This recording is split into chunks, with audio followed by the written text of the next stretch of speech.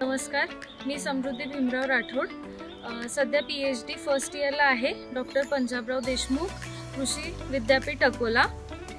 तर मला असं म्हणायचं आहे की इथे जे काही दिसतंय हे जे national young professional development programme on new competencies and career opportunities and research priorities in agriculture extension मध्ये जे काही करू शकतो.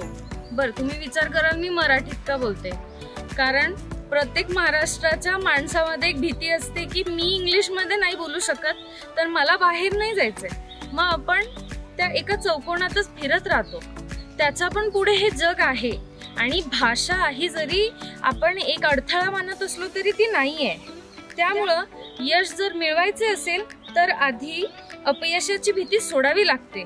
बघा, तर जसं इथे लिहिलंय तसंच तुम्ही जे शिकताय, म्हणजे एक्सटेन्शनला म्हणतात लोक की बाबा तुम्ही कायच करताचं उत्तर तुम्हाला नक्की इथे मिळेल की तुम्ही काय काय नाही करू शकत. आणि नुसतं त्याच गोष्टी करण्यापेक्षा काहीतरी नवीन तुम्ही करू शकता हे इथे आल्यावर समजतं.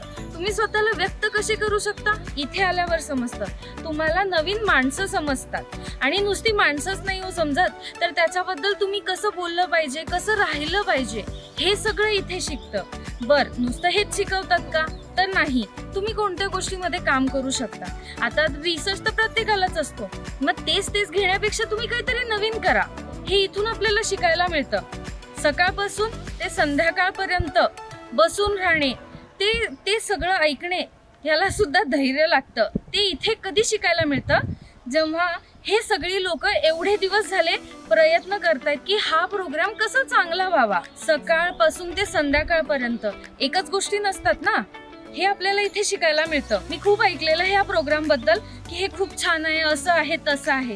म्हटलं चला बघूया आपण, कारण प्रत्यक्षात अनुभव घेतल्याशिवाय तर गोष्टी नाहीत समजत. त्यामुळं मला असं वाटतं प्रत्येक एक्सटेन्शनच्या माणसांनी कधीही स्वतःला कमी समजू नये आणि मिळालेल्या संधीचं नक्कीच सोनं करावं. दुसरी गोष्ट, एक्सटेन्शन कुठेच कमी नाहीये ते इथे आल्यावर समजलं. आम्ही 84 लोक आहोत, 84 लोक, 84 विचार आहेत आणि ते एक्सटेन्शन मधून आहे. नुसतं ॲग्रिकल्चर नाही, फिशरी आहे, बाकीच्या गोष्टी पण आहेत.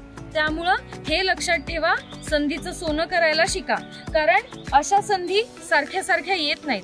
स्वतःला जर काहीतरी करायचंय, बनायचंय, नक्की इथे या, प्रत्येकाकडून शिका. आणि याचे जे ऑर्गनायझर आहेत, मॅनेज असू दे, सर्वानंद सर असू दे, राहाला मॅम, स्टाफ असू दे, सगळ्यांनी खूप छान पद्धतीने हे सगळं मॅनेज केलंय आणि हे आपल्याला शिकण्यासारखं आहे. प्रत्येकाकडून खूप काही आपण घेऊ शकतो, शिकू शकतो. हे आपण इथे आल्यावर बघतो की हा, ही गोष्ट थोडीशीच नसून हे विश्व खूप मोठं आहे. पण आपण आपल्या ज्या बंधनं आपल्याला टाकतो त्यातून बाहेर आलं पाहिजे आणि आपण नवीन गोष्टींना स्वीकार करून त्या शिकल्या पाहिजेत. त्यामुळे मी तुम्हाला एवढंच सांगेन, याच्या पुढे कुठेही काहीही कोणतीही संधी मिळू दे, बोलायला शिका, व्यक्त व्हायला शिका आणि अशा संधी सोडू नका, कारण पश्चाताप हा चांगला नसतो. धन्यवाद.